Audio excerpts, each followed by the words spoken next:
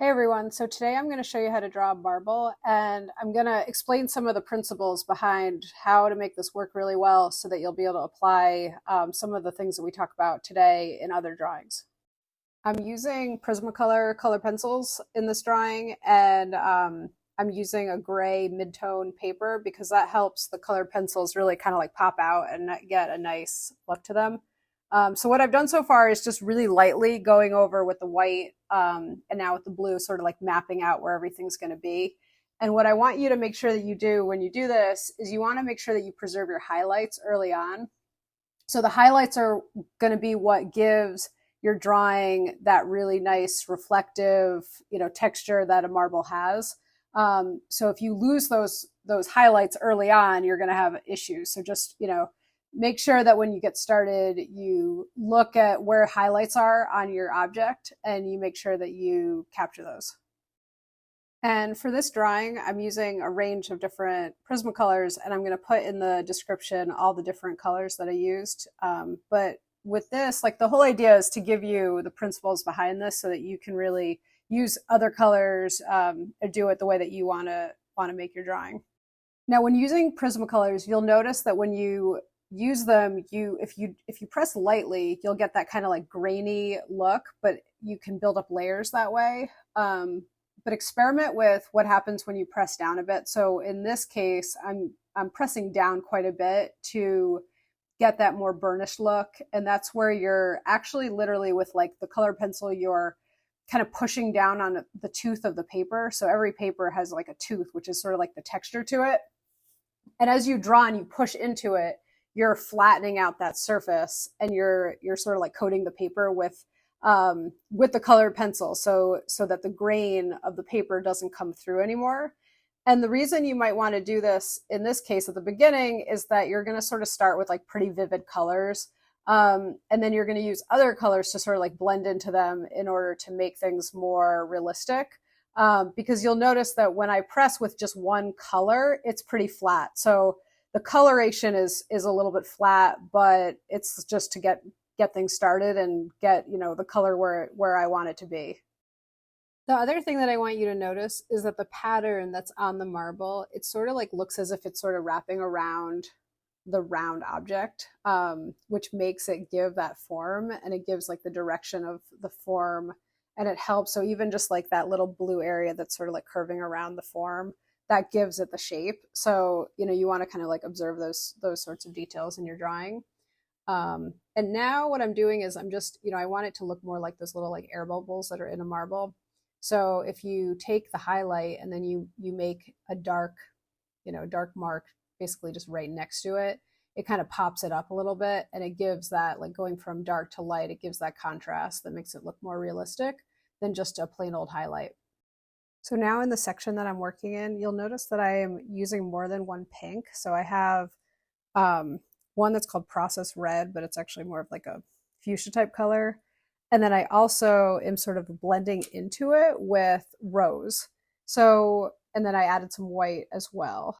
So I want you to look at the blue and the aqua color next to the pink section, and see how the pink section just has a little bit more texture to it than the flatter blue areas. So that's something that just notice those kinds of differences. And in your drawing, you can use different colors sort of blended together with your colored pencils to get this kind of effect.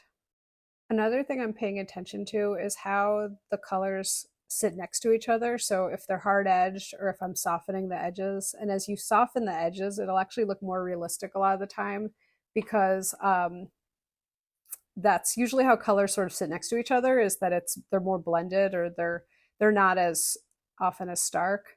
But what's really important to think about as you're adding colors that are different, since I'm using different pinks, is how they blend together. Because as I put down, one thing that's way darker than the other pink, I have to think about how I'm going to integrate them together so that they're not just like really sharply next to each other, where it's like dark pink and then a light pink. So I want to, like, as I go through this drawing, like a lot of what I'm doing is trying to integrate those two colors together so that they're more blended. And unlike with paint, where you can just blend into them, you have to do your blending with this through layering. So now in this section, I'm just darkening up that blue section that goes kind of around the marble, and underneath, which wasn't that dark. I'm just like going back through it and making it look a little bit better. And just a general tip for whenever you're using colored pencil, it really does help to keep them pretty sharp. So I use it's like the Prismacolor brand. It's like a hand sharpener and it works fine to keep your pencil sharp. So a lot of this was like I'm drawing and then I'm stopping to sharpen my pencil. You're going to do that a lot of times. And by having your pencil be sharp, it will give you more control so that when you're, working on those edges, like I was talking about a couple minutes ago, you have the control that you want, that you don't get that like grainy look. When it gets more blunted, you start to get that more like grainy look to it, which isn't so bad, but there's going to be definitely times that you're going to want to have really crisp controlled lines like right now. And again, here you can notice how these bands of color that I have, like the pink, blue, and turquoise, are really like, it's almost like they're wrapping around the object. And that helps mimic the form of something that's a three-dimensional sphere, and gives it more of that dimension. So, make sure that with your drawing, you have a little bit of that, because that will really help. If, say, the lines or those bands were just sort of like going across and weren't following the form, they would look a lot less 3D. And so something that's interesting to know about is that your eye is actually designed to process high contrast things. And as your eye looks at something, the way it takes in visual information, it kind of goes to the things with contrast more quickly, and it filters out things a lot of times that are more subtle. So using high contrast with things like reflections, which is pretty easy to do when you're drawing something like a marble, is it actually goes back to how the eye processes visual information. So it's just kind of something interesting to know about. Okay, so now I'm just going back around some of those highlights and those little air bubbles, and I'm going through with the aqua section and, going back to that idea about like edges. I'm thinking about those kinds of things, of how the colors sit next to each other. And later on, I'm going to make these sections a little bit more visually interesting, like the aqua section. I'm going to add some other colors to it, but for right now, I left it like that. And now I'm just sort of going through and adding some darks to that bottom section, and then going back around this other band, which is blue, a different color blue. So we've got 3 different types of blues in this particular marble. Your white pencil is really useful, as this is just a tip for all your drawing with colored pencil, is really useful for blending into different colors. And even as you see, like I'm blending the light into that blue color, it's already giving it more of a sense of like 3D and that tone, from going from light and then sort of like shading gradually to that blue. So when you're drawing with color pencil in general, your white is going to be really helpful for blending and for getting those reflections and things like that.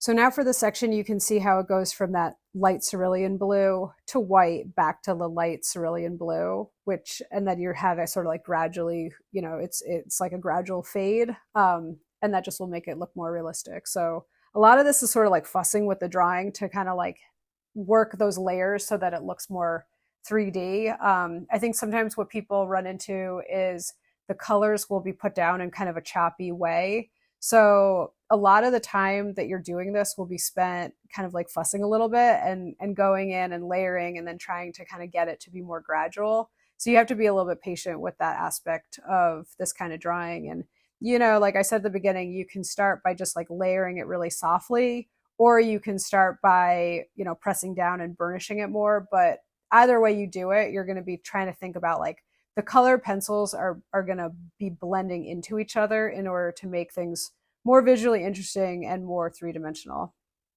So here I'm just adding the cerulean around those white highlights. Again, being really careful that I'm not going over the highlights and that I'm keeping my pencil sharp so that I can get around those highlights without any issues.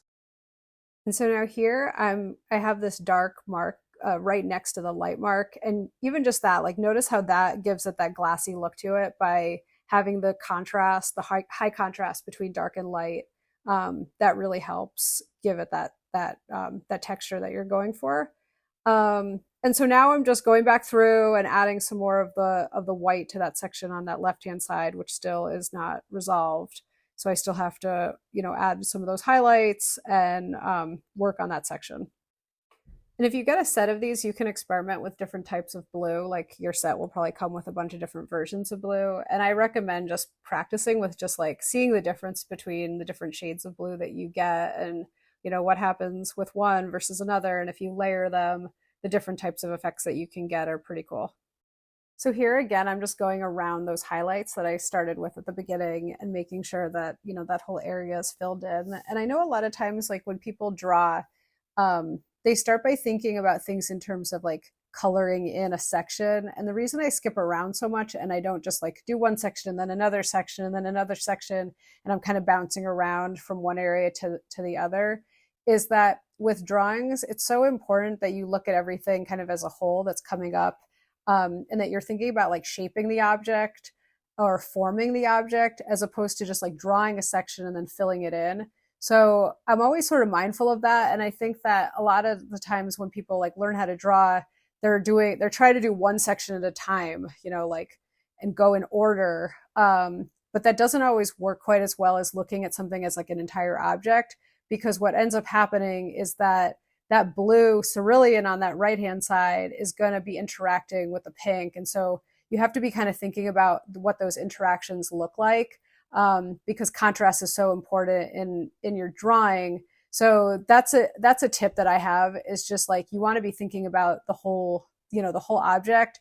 And if you try to just go in order, sort of like almost like a paint by number type thing, that can be really limiting. So, that might just be something to try for you. If you have been drawing and you've been trying to do it, in like stages, just like one section at a time, maybe try kind of like thinking about the big picture, and bouncing around a little bit and see if that works well for you or not. You might do it and realize that that's not, you don't like it. But I think that that's a very important thing for, when I teach people how to draw, to like look at the big picture and not just sort of like be getting lost in the details. And I think that'll help you. So what I'm working on now is just going back over things to do a little bit more blending. And again, like you're kind of trying to get this balance between having those soft edges and then some crispness too. It's sort of similar, like when you have photography and you have this idea of like depth of field, you get that like crispness and some soft edges too. So a lot of what I'm going to be doing in the next, few minutes of this drawing is trying to like work those edges a little bit so that they look more realistic, and so that the highlights are more blended and things like that. So that what you want to avoid is, like right now, if you look at all those highlights, they feel very hard edged. They kind of just sort of like feel like they're slapped on there. But by blending them, and again, you're blending, your version of blending in this is through layering, because it's not like paint where you're going to be blending it with paint. But you can still get a lot of those painterly effects, is that you want to be, using layering to integrate things into the surface so that they look more 3D and not like as choppy as it is when you might start by putting the color down. So as you're drawing, I want you also to try experimenting with how much you're pressing down on the paper. So with the white pencil right now, like I'm pressing quite a bit, but I also want to try to make sure that I'm integrating those light areas into the blue. And so just experiment with that and see how that works for you. But like the light pressure versus, so like right now with the shadow, I have a much lighter pressure, as you can kind of see right now, right there. And then you still can see the texture of the paper coming through. And so now I still have to do that bottom part. So I'm just going back through with my white pencil and going around those little areas that I've already worked on to make it look more resolved. And another tip that I have for you is to think about the direction that your marks are going. So, I've talked about this a lot in other videos, which you can check out if you like.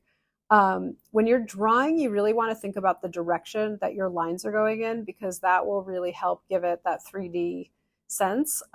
So, if you're making marks where you're following the form and they're rounder marks, curved marks, that will make it look more 3D than if your marks are, say, like scribbles or going in all different directions. So by being aware of the directions that your lines are going in, you can help mimic the form, and that will also keep giving it that sense of being more three-dimensional.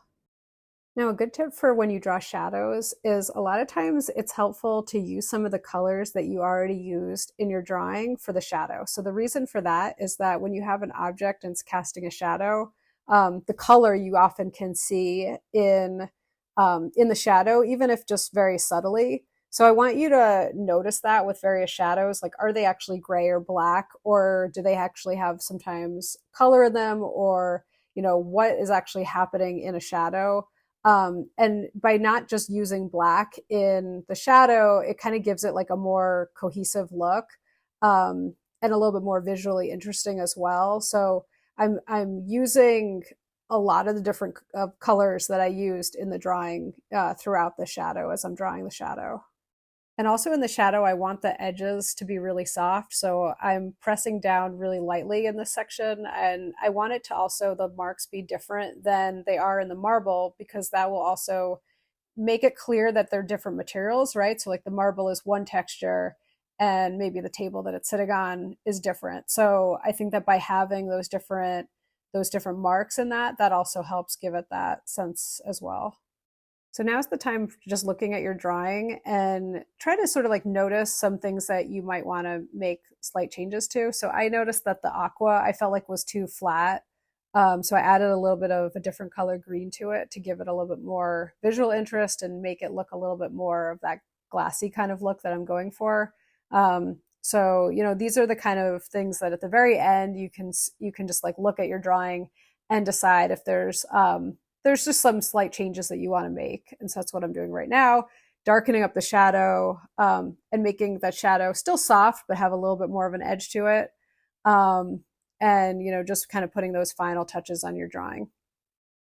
If you found this helpful and you want to subscribe, please hit the subscribe button and you'll get more tips on how to draw.